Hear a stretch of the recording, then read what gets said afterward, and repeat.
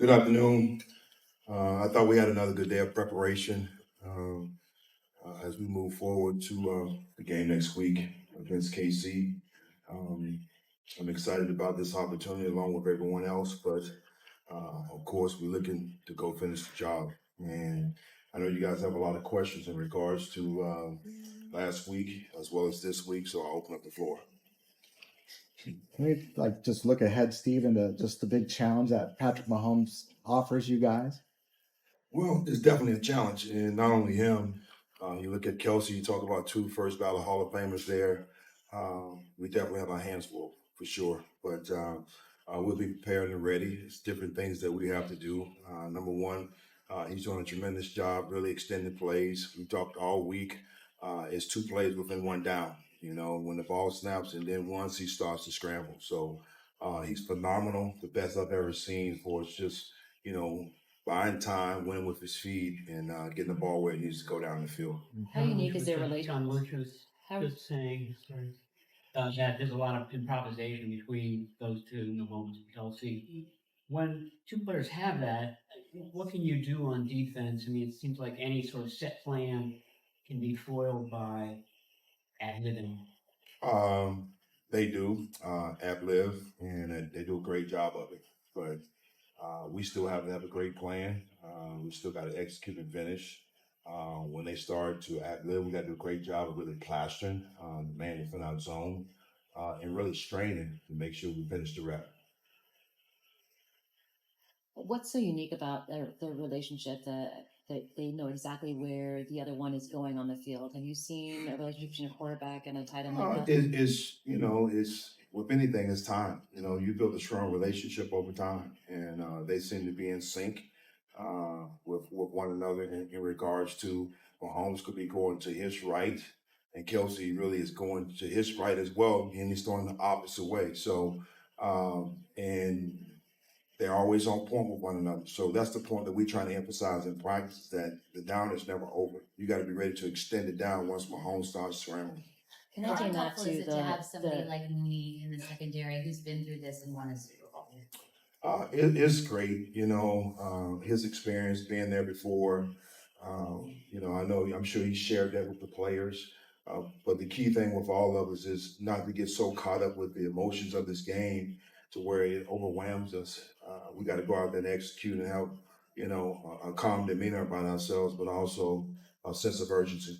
Kyle and Fred and Nate spoke yesterday about how they felt that effort and pursuit was an issue for the defense in the NCAA championship game. What do you attribute that to? What do you feel that was? I think you really have to ask them individually. Collectively, as a team, I can tell you that the defense is unacceptable. All right, and we talked about that. I wish I could tell these guys on play 4, on play 27, this is what's going to happen. You don't know. So we got to make sure that we play every down as if it's going to be the difference in the ball game. And you can see on those two particular plays, it wasn't to our standard. And those guys understand and know that. And quite honestly, it was embarrassing. See the amount of screen game and short pass issues. It seems like what makes them so successful with that, and how do you kind of counteract that? Well, one is just getting the ball out quickly, and into the playmakers' hands, and once again, just trying to get things on the perimeter with Kelce, and then having those lead blockers. So we got to do a great job setting edges, as we talked about all year on the perimeter, whether it's the toss sweep, jet sweep, or the actual screen game itself. So that's something that we've been emphasizing. Did you feel like last week you mentioned that the linebackers are not necessarily the D line setting the edges, but getting more vertical? Did you feel like that was better, or was it roughly the same? We had some spurts where we did it well, and then we showed somewhere where we're inconsistent, and it's just really about trying to pull the trigger. Sometimes on those perimeter games, it's not anything dealing with the scheme. It's just that individual ready to go make a play, and just got to pull the trigger. What does Andy Reid use motion and think of it differently than other coaches? Kind of been a challenge for that. I don't want to say what he used differently. I think all offensive coaches try to create different dynamics with the motion. It could be trying to get a receive off press. It could be really trying to, if you're a big man team, trying to disrupt your timing for who you have within the bunch or stacks formations. They do a lot of that, and we have to do a great job about communication, making sure that we're on the same page. You think of the emotions going into the Super Bowl and just like playing that. You're about to take this trek over to Las Vegas and it's an entire week of media, publicity, and basically a celebration. So how do you keep these players focused before the game, you said, Carl, on what's happening? Kyle does a great job of that from a standpoint of painting the picture that needs to be painted each week. This is a normal week for us. You know, our approach is as if we're playing this week. You did mention there is somewhat of a circus once we get there with the media and all that stuff, and having to go through the fanfare of that process the early part of the week. I don't really consider it to be a celebration until after we win, and we'll get our guys locked back in on Wednesday as we approach and get ready for practice. What do you see from the Chiefs' run games as it's become more of a featured part of their attack? Pacheco, I think he's phenomenal. The guy runs hard. I mean, between the tackles, outside. You know, we talked all week. You know, we got a game tackle this guy. He's not going to go down on first contact. A lot of respect for him. Just watching him over the years, last year, and then also just seeing what he's done this year. It's just, you know, he's phenomenal. Steve, what are you seeing from Kinlaw? Seems like he does a nice job or has done a nice job at protecting Greenlaw and Warner's legs and just absorbing the interior guys. How's he looked in the last couple games to you? I thought he's performed well. He's been doing a great job for us all year. I'm happy about his performance. Looking for that consistency in the Super Bowl. When you talk about the guys up front, you know, we do have to do a great job of keeping the double teams off, but likewise, our linebackers got to do a good job getting downhill and getting the double teams off as well. So it's hand in hand what we're trying to do with the D-line and the linebackers. How would you describe Moody's personality? How do you describe Moody's personality? Just kind of what guy, type of guy he is.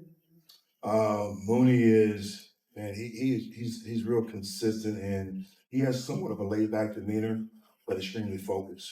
All right. I was watching tape yesterday. I was telling the coaches, you know, you could tell somewhat the excitement of going against this old team because you could see a different gear yesterday and just how he was going about his just technique and running to the ball and things like that.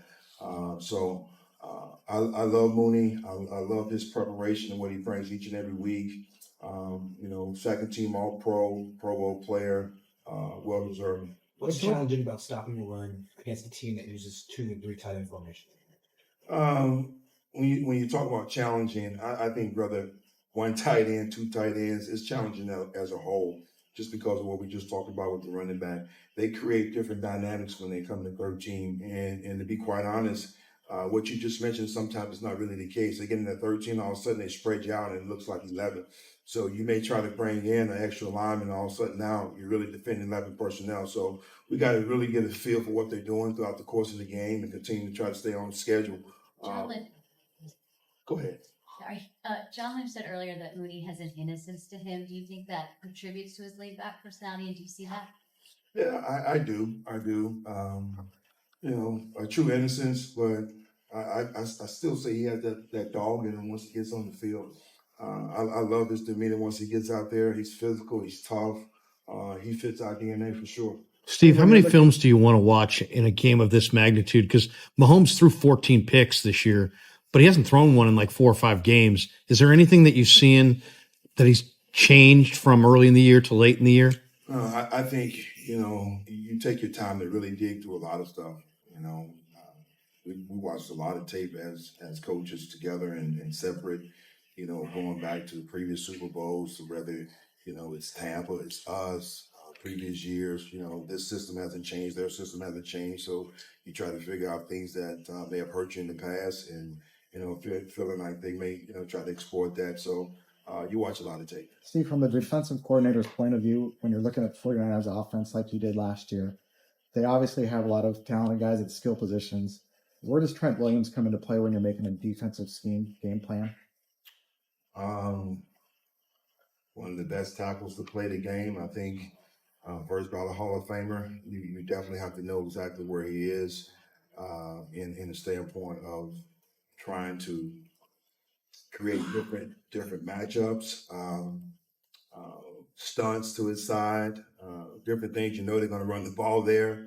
When it comes to pass pro, He can definitely take care of the best rusher one-on-one by himself. So I don't know how much you can really do to avoid him in that situation. You just know he's there and, run opposite. Obviously, the Ravens, in the league unit and the defensive coordinator is getting a job in Seattle. I think people have an instinct to say, copy game plans. And how much validity is there to you see a team do something well on defense? Do you copy it, or is it something where you see what try and fits into your scheme from it? I think it's a combination of both. We just talked about how much tape you watch. So you go back, and as you're watching tape, you're trying to figure out what created problems for them. Whether it's against the Ravens, whether it's last year, whether it's 2 years ago, and then you take that data, and you try to incorporate that into what you do schematically. So I think you're right. It's a combination of both. All right, guys. Appreciate you guys. Thank you.